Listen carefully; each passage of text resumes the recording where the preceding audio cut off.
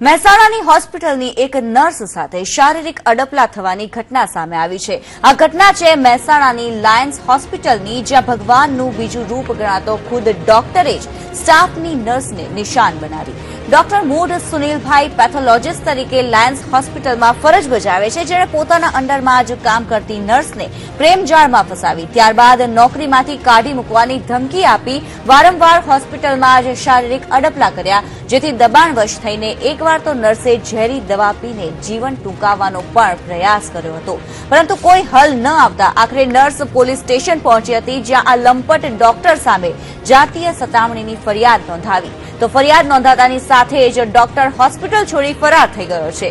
હાલ પોલીસે ફરિયાદના આધારે વધુ તપાસ હાથ ધરી છે।